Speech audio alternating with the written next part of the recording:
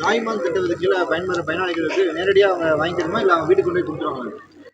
மாண்புமிகு முதலமைச்சர் பொறுப்பேற்ற முன்பு மக்களுக்காக ஏராளமான திட்டங்களை செயல்படுத்தி வருகிறார். அந்த வகையில் இன்று காலையிலே தமிழ்நாட்டில் இருக்கின்ற அரிசி அட்டை பெறுகின்ற குடும்ப அட்டைதாரர்களுக்கு ரொக்கமாக பணம் 3000 ரூபாயும் 1 கிலோ சர்க்கரை, 1 கிலோ பச்சரிசி, 1 முழ நீல கரும்பு, வேட்டி சேலை என்ற பொருளை சென்னை ஆலந்தூரிலே தொடங்கி வைத்து தமிழகத்துக்கின்ற அனைத்து மாவட்டங்களிலும் அந்த திட்டம் இன்னைக்கு தொடங்கப்பட்டு செயல்படுத்தப்பட்டு வருகிறது.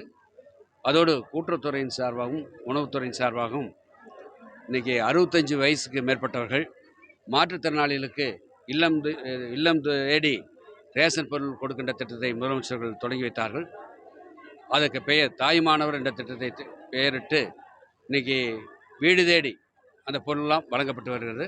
திண்டுக்கல் மாவட்டத்திலே 91,000 பேருக்கு அந்த 65 வயது மேற்பட்டவர்களுக்கும் மாற்றுத்திறனாளிகளுக்கும் இல்லம் தேடி அந்த ரேஷன் பொருட்கள் வழங்கப்பட்டு வருகிறது.